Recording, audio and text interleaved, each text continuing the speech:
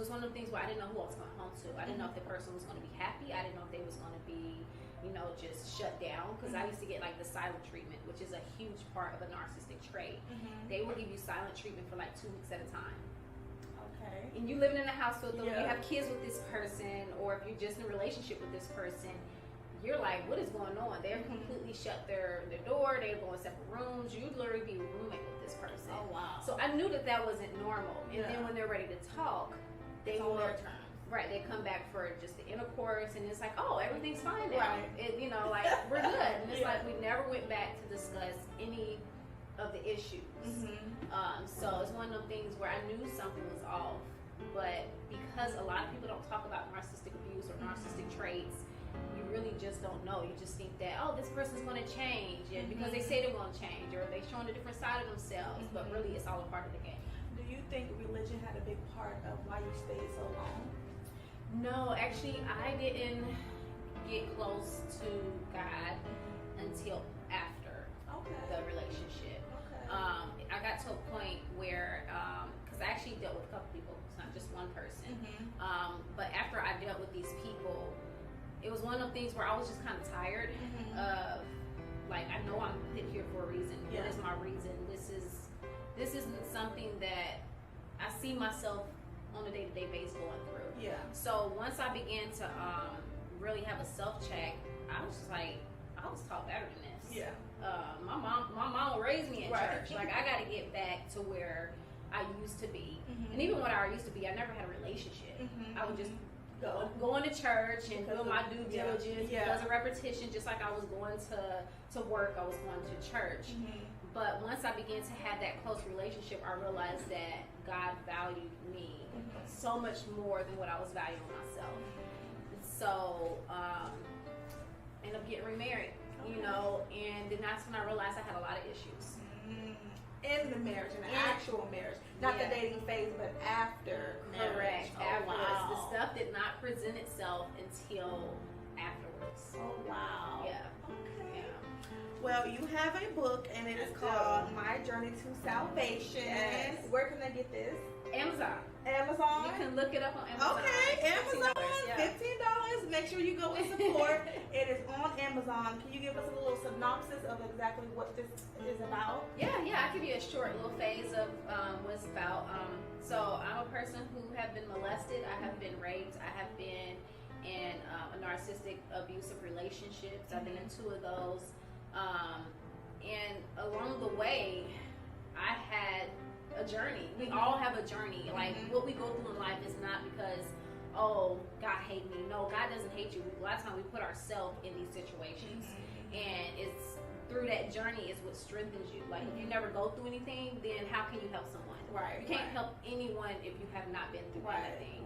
So in that, I actually tell my story. I start from where I was molested. Talks about my stepfather, and then it moves on to the relationship that I did not have with my father, which we have a perfect relationship now. I'm happy. Me and my mom have a good relationship as well. But it just really goes from like how it all starts and having a foundation of your home where it's not like, you know, both my parents are separate households, different lifestyles.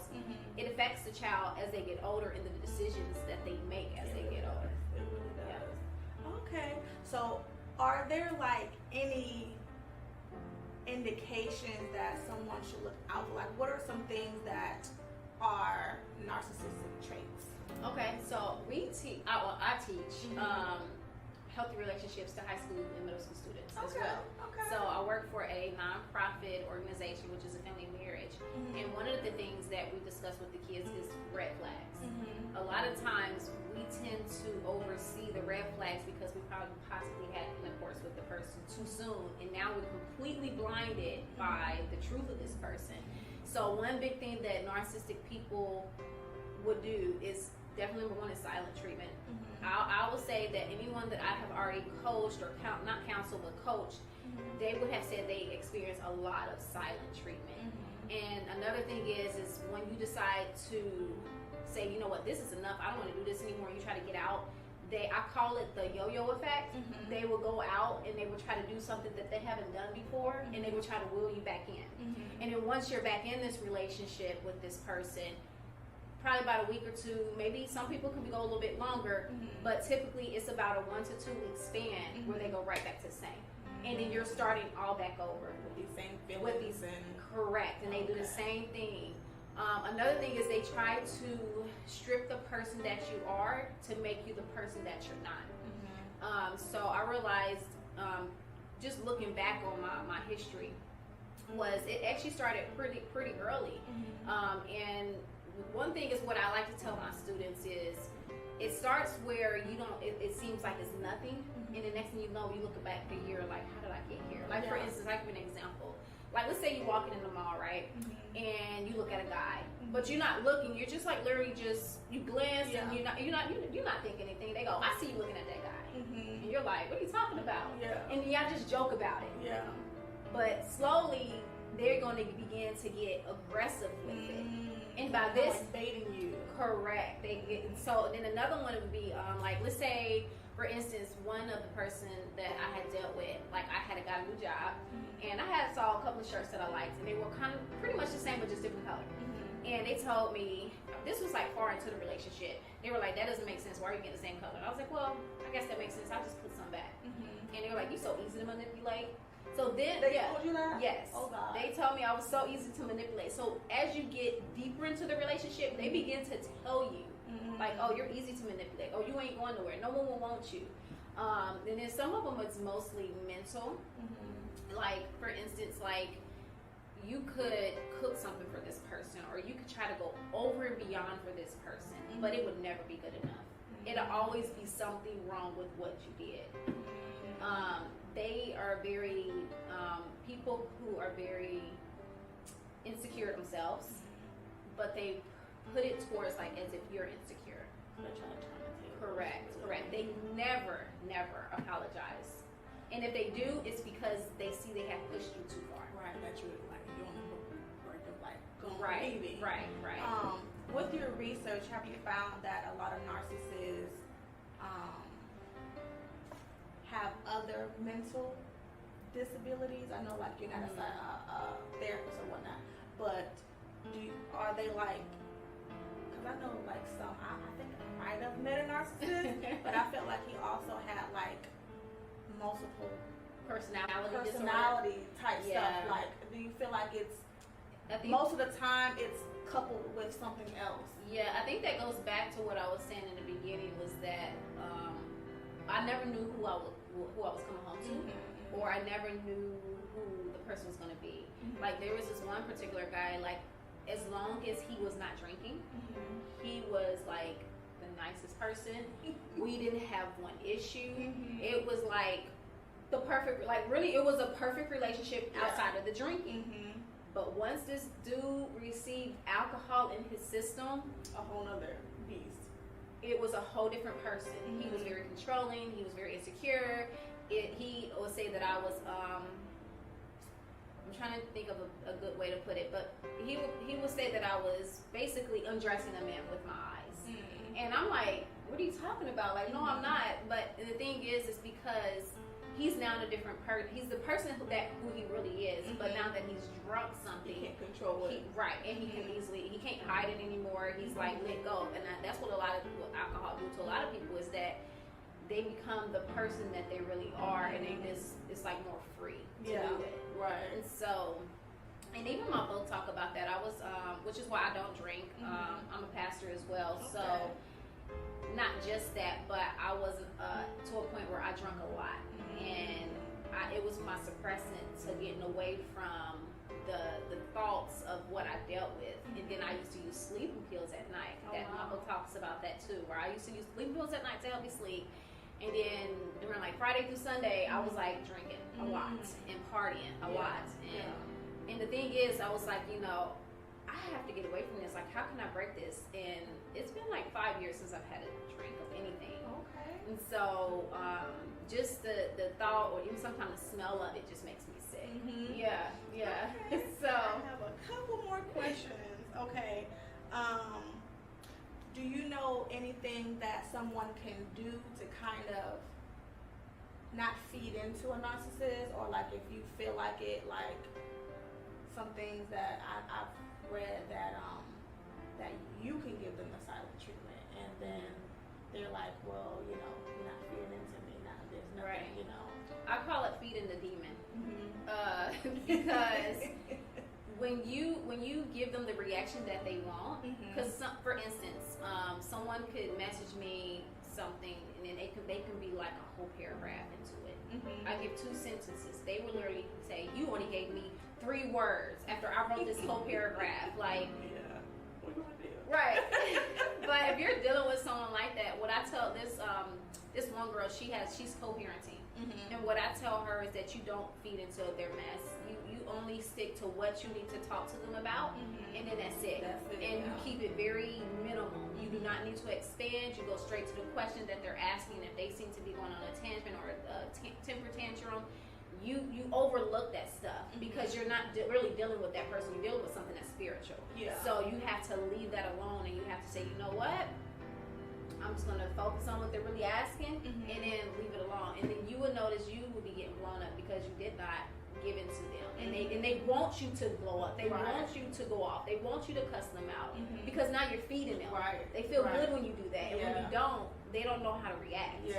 So controlling the conversation. Absolutely. And this is so easy to do once you get once you understand what's going on. Yeah. It was another thing I wanted to ask. What else? What is your definition of a narcissist? I would say a narcissistic person is a person who wants complete control. They are manipulative. A person, and when you're dealing with it, you feel like you don't know who you are anymore. You feel like you are stepping on eggshells. You're afraid to do anything. I mean, turn right, turn left, look up. You're afraid to do any of that because you don't want to set the person off. A narcissistic person is a person who has a lot of insecurities. I believe, and this is like me. Like I'm not a counselor. I'm not a therapist, but through experience and through research and through dealing with other people, when you deal with a narcissistic person, you also are dealing with multiple personalities because they are very fluctuating. Then you have a narcissistic person that is like schizophrenia. That's a whole nother different crazy. And that I have dealt with that type of person, and that's on a whole nother level where you pull up to your home, this person's sitting outside your home, and that's the one that actually I was raped by. Oh wow! And so it's one of the things, and I didn't even tell right away that I was raped. I didn't tell at all because I was in denial. Like, oh, I've already had intercourse with this person. You know, it's not rape. But when I began to think, like, did I say no? Did I use force? Did I constantly try to get this person on? The answer is yes to all of those. You have been raped. Yeah. And the thing is narcissistic people, they want that. They want that power. That control, but that's a type of, that's like a schizophrenia narcissist. Yeah. That's on a whole different level. So there's different levels of narcissists. So it's called schizophrenia and narcissistic person. Disorder. So do you think that a friend, a mother, a father can have these narcissistic so as far as a friend, what type of things does a narcissistic friend might display? Well, I'm actually dealing with that now. I love her to pieces, but but it's one of the things where what they tend to do is when they bring their problems to you, and this is just personal experience. What I've experienced is when they bring their problems to you, it's always the other person. But when you're listening to them, you're just like, something, like something's not right. And then you notice that they try to. Some people, they dig for information on the other person in order to present it of what they're doing. But when it's all said and done, eventually you're going to be figured out. Like, hey, you got some narcissistic traits you need to take care of. You need some deliverance. Because the thing is, like, you can go through all the counseling in the world, you can go through all that, but until you truly have a come to Jesus moment, you're going to be stuck in that category for a while until you be like, okay, I need deliverance. I'm a person who went through deliverance, so I know that the power of God can take that away from you and change it. And I'm actually dealing with a young lady now that I'm coaching, and her parent is narcissistic. And what are some things that a narcissistic parent might display to a child? So what she's explained to me is that she was very controlled. She noticed that the control, she's always, like, her parents was together at one point and then they separated. And what she was saying is she could see why her dad left, because her mom was very controlling, and even like controlling, like when she can go with a parent, or she would use the child as a weapon. She was used as a weapon, like, well, if you don't do what I say, then you can't see your kids. Right, it's not. But unfortunately, there's a lot of it happening. And then she also noticed that one of her things was she said she never really understood who her mom was, because she saw so many different people through her mom. So she was just like, you know, it's just one of the things I just did what she asked, and I tried not to not do what she asked. And then there's some people where they try to force their kids to be like this great person, and the moment their child mess up, the parent is embarrassed. Like a narcissistic person, they do not like their child to embarrass them. They will go above and beyond to make sure their child is the greatest child. And then once they mess up, that's it. Like they don't like that at all. That's it's an embarrassment. You know, especially for the child, having all of that pressure on them to be perfect and to make sure that, you know, that they're happy. As far as being in a relationship with a narcissist, is there any way can a narcissist change? I believe so. Yeah, I believe so. Like I said, I believe that I'm a deliverance pastor, and my husband and I, we have done deliverance for people, and, you know, through the power of God, and to see a person, even a person who is a drug addict, or a person who's been smoking, or a person who's very lustful, whatever it is, when they come for those deliverances and those, I believe in demonic world. I believe in spirits. And when you see those things leave people, you see a change in people. instant. Yeah, you can see an instant change. Will there be battles and stuff that you have to fight through after that? Yeah, of course. but it's a lot easier to control. Yeah.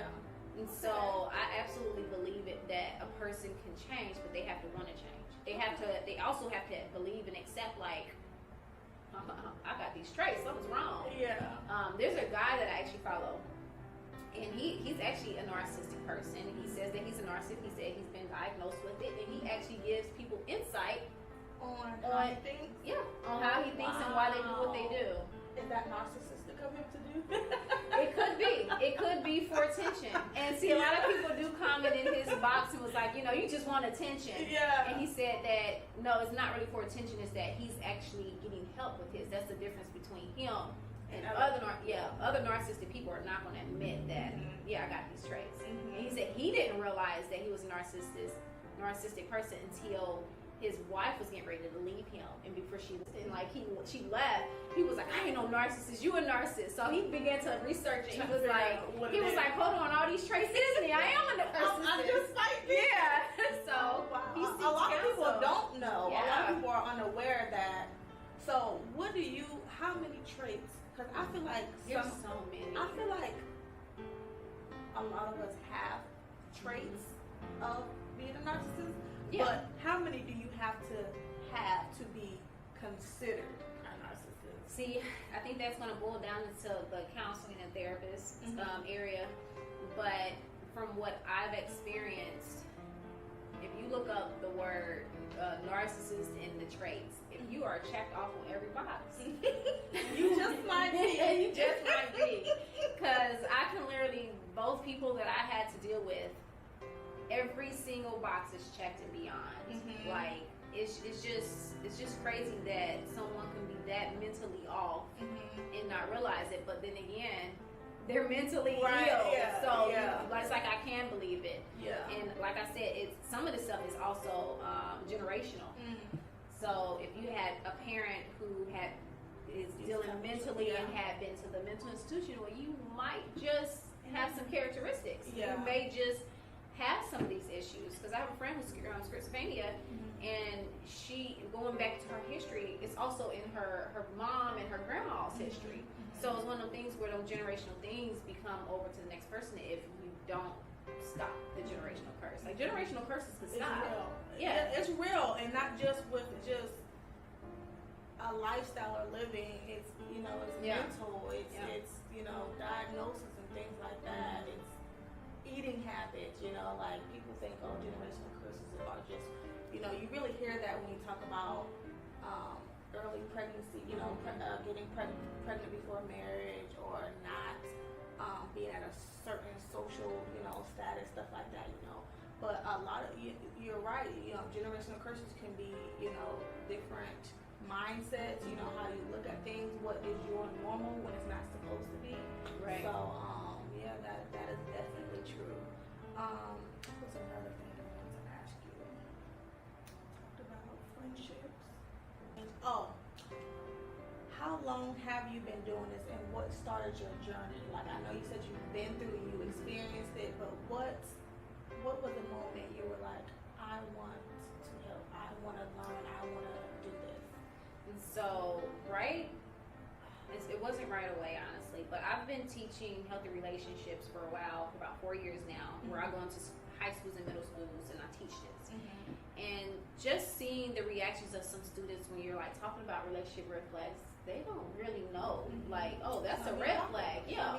Right. Like, oh, I should get out of this relationship if he's hitting me. Oh, I should get out of this relationship if he's trying to force me to do things I don't want. Like, when you begin to see these things, it's just sad that the kids don't know it. But then as I started coming closer to God and closer to God, I realized a lot of women was coming to me. And then especially after the book was written, my husband, he's like really pursued me, like, to finish this book. So once I finished it, it was just one thing, like, well, it's out now. What's next? And I felt like I didn't go through this for nothing. I felt like God wanted to use me. I actually started with coaching marriage. Me and my husband, we are marriage coaches. Okay. And I was like, I really enjoy this. I really enjoy coaching people, helping them think of a strategy to find them again, or to find the relationship again. And I was like, it's like, I don't know, I was actually running one day. No, actually someone told me at work, they were like, I was having a moment, you know, we all have moments, and she was talking with me. She was like, you're not going to be fully healed until you start helping women in what you were going through. I was like, you know, that's not the first time I heard that. So later on that day, literally later on that day, a woman, I was getting ready to go running, a woman that lives in my building, I said hey to her, and she began to unravel about all these things. I said all the traits that she was saying was narcissistic, that I, you know, things that I was dealing with and still deal with. And all you said was hey. Yeah.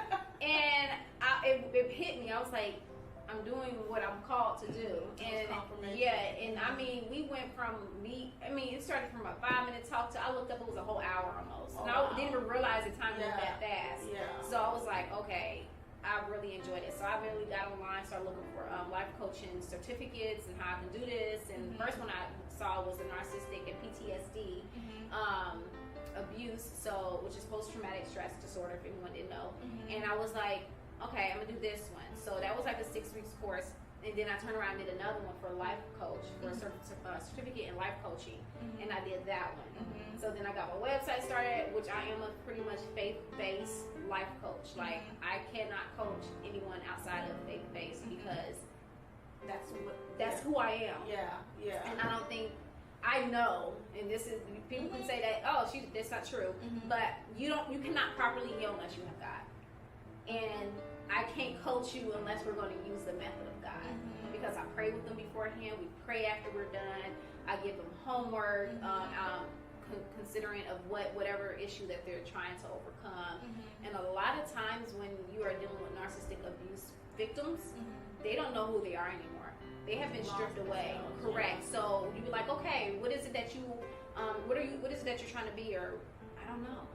Like, no, like, who were you before you met this person? What were your goals? And completely forgot. They completely so engulfed in trying to please the unpleasable. Yeah. That's the perfect way to put it. Unpleasable. And so just helping them to figure out themselves again is what it is. And that's the difference between life coaching, life coaching, therapist, and a counselor. A coach isn't going to just tell you, oh, this is what you need to do. We're going to find out, we're going to give you the evaluation, and then you're going to begin to put your own goals, and we're going to help you work towards your goals. Versus, and then like it's like a mentorship where you're being held accountable, versus a counselor, they're going to come in and they're going to let you spill out all of your problems, which is fine. Some people do need that. And then they're going to probably, sometimes they may get prescriptions, you may get some different things or different methods. I don't knock it because some people probably do need it. But for me, we're going to help you gain back control of what was lost. Have you ever thought about going back to school to... No? I haven't. I said, nope, no, I have 5 kids. Oh, wow. I'm doing life coaching. I'm a certified personal trainer. So that's just... Yeah, that's like the least. Yeah. So about your book, when did you write this? Let's see. We in 2022. I think I wrote it in 2018, and it took me almost 2 years to finally say, okay, I'm gonna do this. Yeah. Because you have some really deep stuff in here personally about you. A lot of people are scared to tell their story because they're scared to be judged. But I always say, you know, your story can help someone. Right. A lot of people are really going through the same things, but they are embarrassed. They don't want to be judged, you know, so they don't want to really talk about it. When you finally was like, I was nervous. okay. Did you get, like, did your family members know about a lot of stuff, or was it like shocking? Did you get any like bad negative like I would definitely say my dad, when he read it, because I did tell my mom and my dad, like, hey, this is gonna go in the book. So you prepped them about... Yeah, I did prep them. I don't think my mom was necessarily all the way ready because it talks about I guess I call it molestation because, like, when you're kissing a minor, it's considered molesting. Yeah. So I had an interaction with her husband at the time where he kissed me a couple of times, and it was one of the things where I felt so, and I'm not talking about just a kiss, I mean like a right on the lips smack. Yeah. And I was really uncomfortable with that. So I had to put that in there because that was a part of my journey. Yeah, and what I was trying to explain to both parents is that this book is not to bash you or to make you feel any kind of way, but what this is sharing because there's someone else that's going through this, and it's telling them how I overcame it. It's not necessarily about you or the person, it's about the experience that I went through. And my dad, he was very receptive to it. He was very proud. He done bought so many books. So my dad, even though we didn't have the relationship that I wanted as a child, we have a great relationship right now. Awesome. And he supports me to this day, you know. Right. Okay. He's always like, I'm so proud of you, you know, so that's always that. Well, that concludes the interview. Right. Tell them where they can find you. What is your social media platforms, your website you have the book on there as well, right? Yes, so the book is on my Bethelight.live, and if you scroll down, you will see the book. Or you can also purchase the book on Amazon. I'm on TikTok, which is bethelightzakiya, and then I'm also on Facebook. I have a page which is called Be The Light, and then I also have an Instagram that is bethelightzakiya again. Be the Light. Okay. Everything is spelled the way it's supposed to be spelled. Okay. Nothing changed. And I will make sure we type it in there so you guys can follow, just in case you didn't understand that. Thank you guys for tuning in. Please go and follow, go and support. If you need the counseling, life coaching, spiritual coaching, the PTSD, narcissist coaching, please. Do you do virtual? I do. Actually, that's what I'm pretty much doing right now, just because of it's. Most people is more comfortable to be more open. Yeah. And then I also do relationship coaching, spiritual coaching. Me and my husband, we do coaching together for relationships. So I tag him in on it. So. Okay, good to have a male perspective. That's always fun. Love it. Make sure you go and support. Thank you guys for tuning in.